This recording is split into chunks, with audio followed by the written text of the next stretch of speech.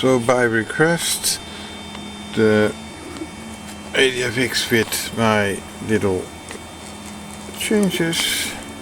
So here you see one of the LED bars and on the other side the other one. As you see, it's just a simple LED strip 12 volt in series. So here you got the red wire here. It's just for the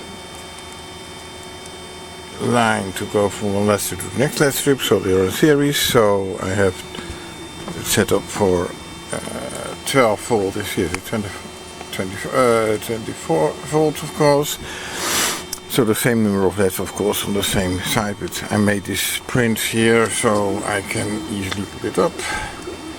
As you see, it's in a kind of own chamber this way, with plastic, and also these insulation boards, foam boards around it where possible, also up there of course.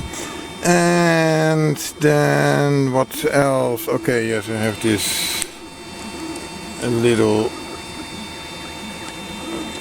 how do you call it, catchers around the bed to catch all this dirt from moving below the bed, so that's easier. And of course then you see the IFS, so that's on a little bit further modified of these holes where also the light is on, and you see how it's just used over there on the back. And I only use 2 spools on this print normally, so that's no problem. I have them on the back, I'll show you a bit later. And here you see it from the back. So here you got the other ones in the same enclosure or cabinet, how I call it, running. So the heat is transferred from both, so I cannot make this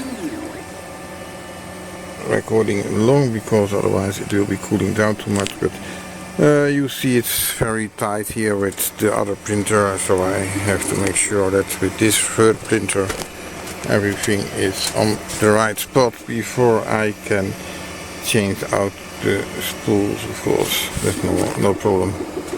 So I just made some new brackets and on the back plate.